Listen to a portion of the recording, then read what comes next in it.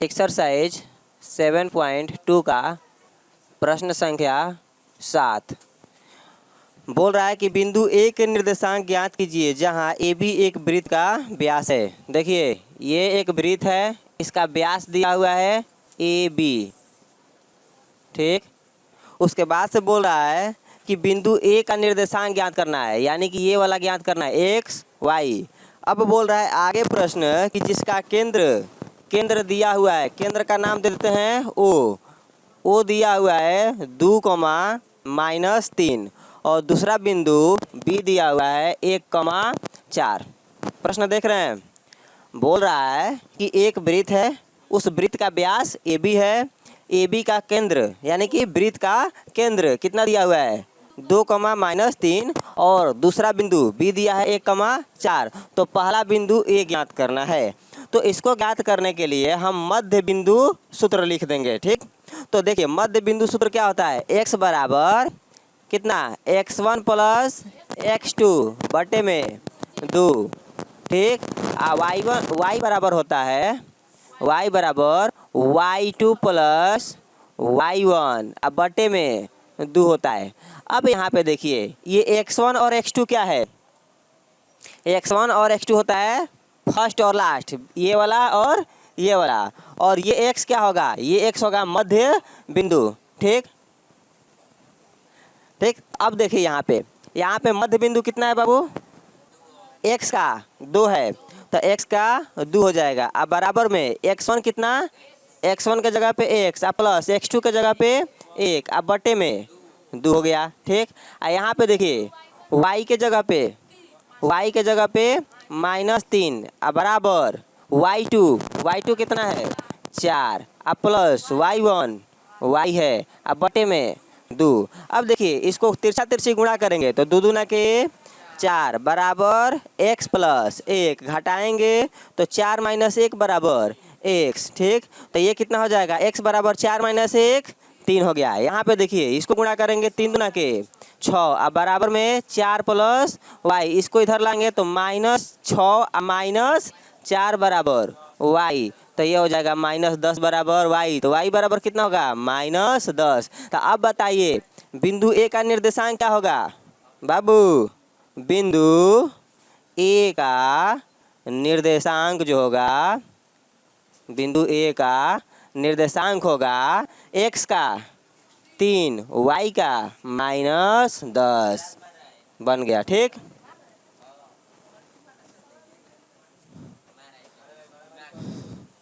यहाँ तो कोई दिक्कत नहीं है तो इसे लिख लीजिए। अगला प्रश्न कह रहा है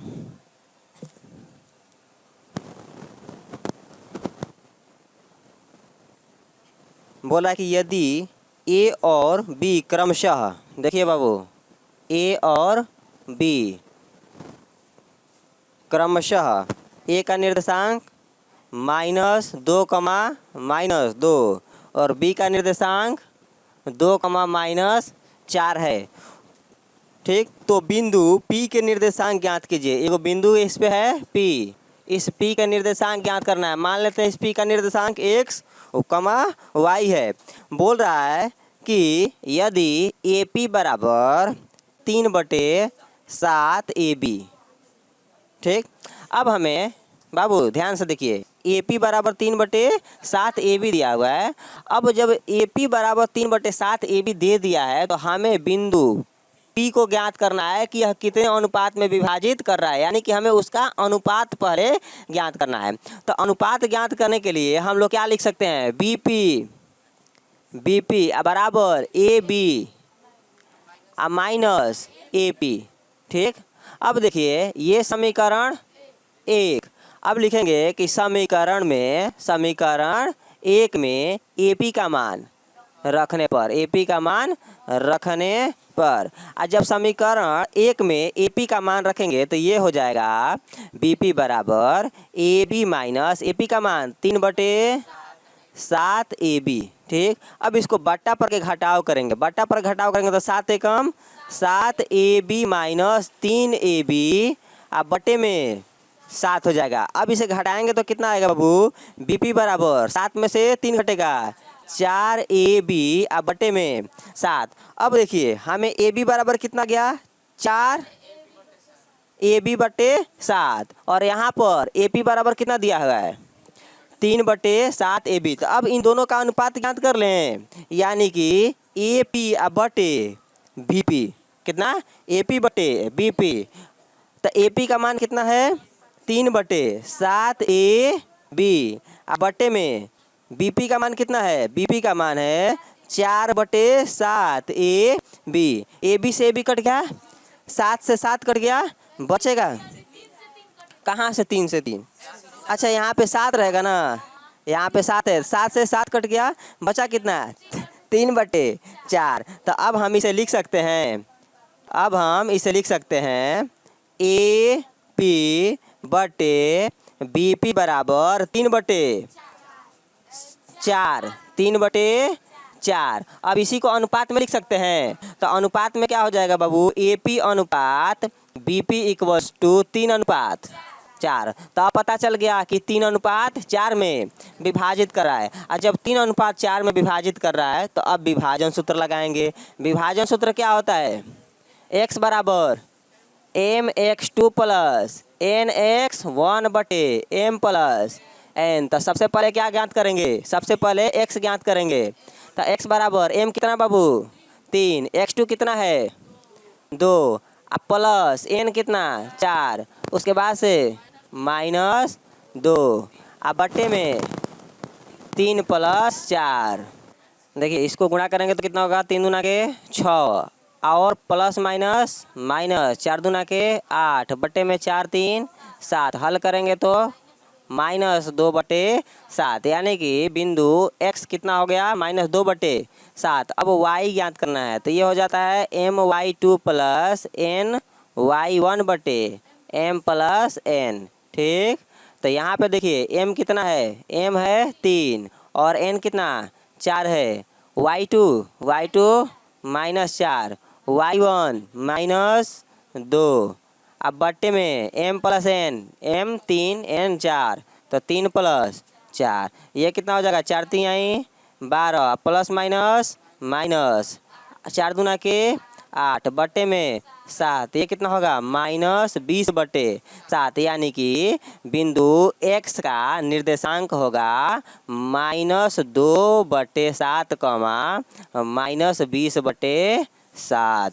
यही हो जाएगा आंसर। बिंदु P ना होगा बाबू, यहाँ पे बिंदु P का निर्देशांक। अगला प्रश्न देखिए, प्रश्न संख्या 9। ठीक, कह रहा है कि बिंदुओं A -2,2 बिंदुओं B कितना है 2,8 को जोड़ने वाले रेखाखंड को 4 बराबर भागों में विभाजित कीजिए।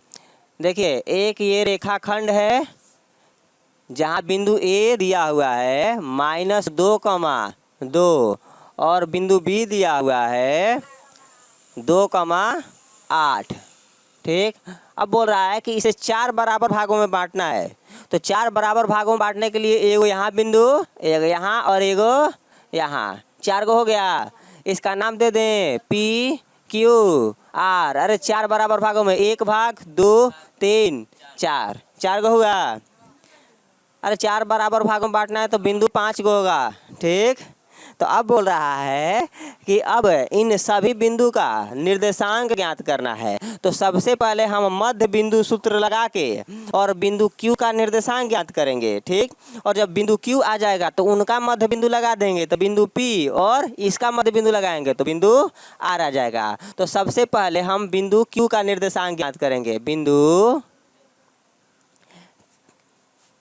Q का निर्देशांक। ठीक, अब देखिए बिंदु Q का निर्देशांक ज्ञात करने के लिए सबसे पहले हम क्या मध्य बिंदु लगाएंगे, तो x बराबर x1 प्लस x2 बटे 2 और y बराबर y1 प्लस y2 बटे 2। तो सबसे पहले x के लिए क्या करेंगे, x1 कितना है 2 -2 है x1 और x2 कितना है +2 अब बटे में 2। और यहाँ पे देखिए y के लिए y1 कितना 2 y2 8 अब बटे में दो। ये वाला कितना हो जाएगा बाबू, 2 में से 2 0/2 बराबर 0 हो जाएगा। और यहाँ पे y बराबर 4 8 और 2 10/2 y बराबर 5 हो जाएगा। यानी कि बिंदु Q का निर्देशांक कितना हो गया, 0,5। ये हो गया 0,5। अब बिंदु P का निर्देशांक तो निकालिए इसे। बिंदु P का निर्देशांक, तो बिंदु P के निर्देशांक के लिए क्या कीजिएगा बाबू, हाँ इसको ले लीजिए x1 y1 x2 y2 और लेके मध्य बिंदु सूत्र लगा के x का मान ज्ञात कीजिए और इधर y का मान। x के लिए क्या करेंगे, यहाँ पे देखिए इसको मानेंगे x1 y1 x2 y2। x1 कितना -2 अब प्लस 0 अब बटे में 2, तो ये हो जाएगा -2/2 भाग देंगे -1।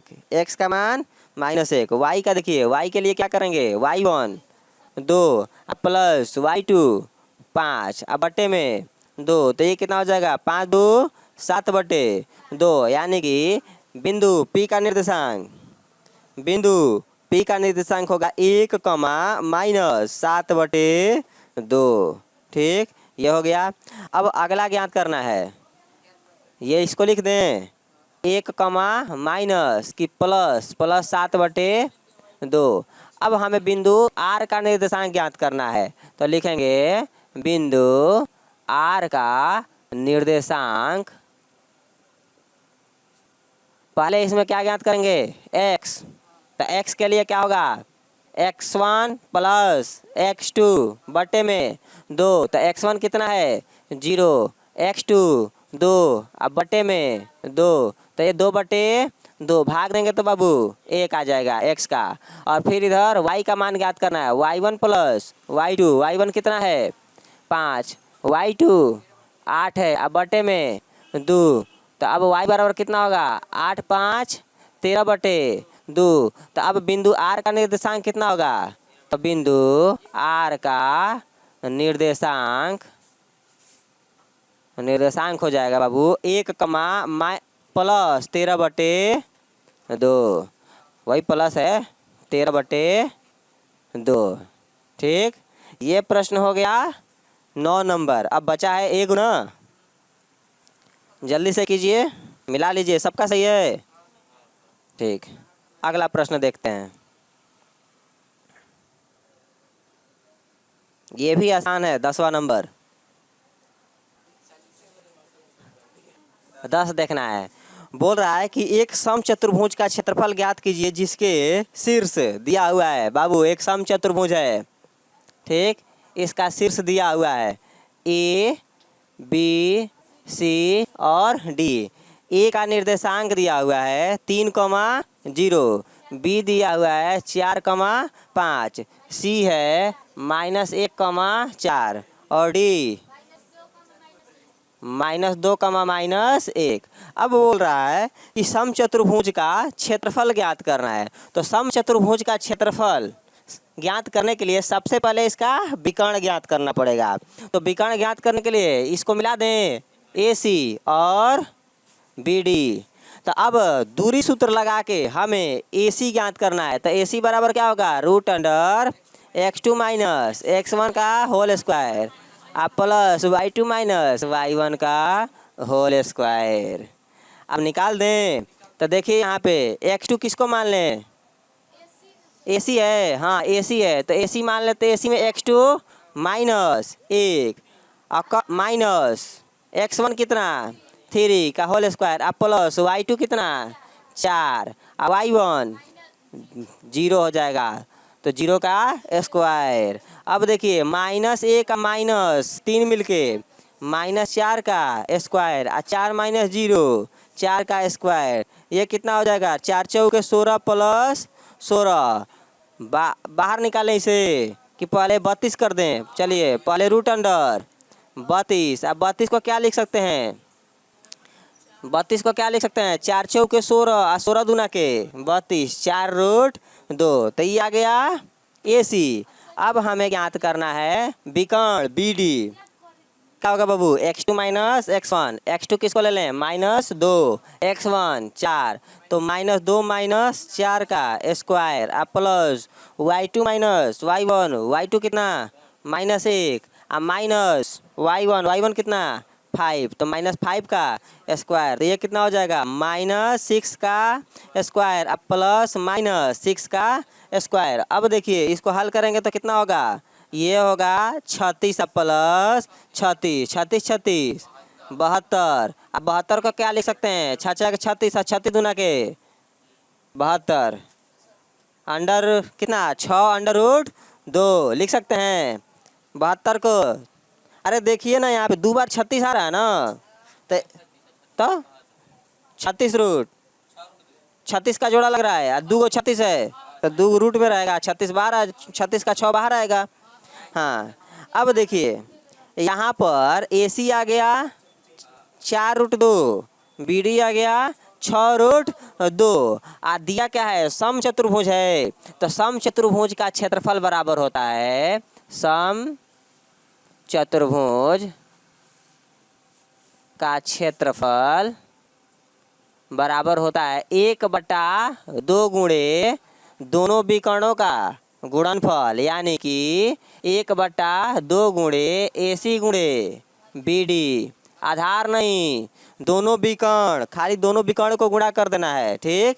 तो ये कितना होगा, हाँ 1/2 गुणे AC है 4√2 गुणे BD है 6√2। अब इसे क्या करें, भाग दे दें, भाग देंगे तो कितना होगा 2 दूना के 4, तो ये हो जाएगा 2√2 गुणे 6√2, 6 दूना के 12, और √2 गुणे √2 2 हो जाएगा, तो 12 गुणे 2 बराबर 24 वर्ग इकाई। कितना इकाई, तो वर्ग इकाई होता है, क्योंकि क्षेत्रफल हमेशा वर्ग में होता है, ठीक। तो इसका आंसर कितना हो गया 24 वर्ग इकाई। किसी को दिक्कत, चलिए तो ये एक्सरसाइज कंप्लीट हो गया, अगले क्लास में अगला एक्सरसाइज देखा जाएगा।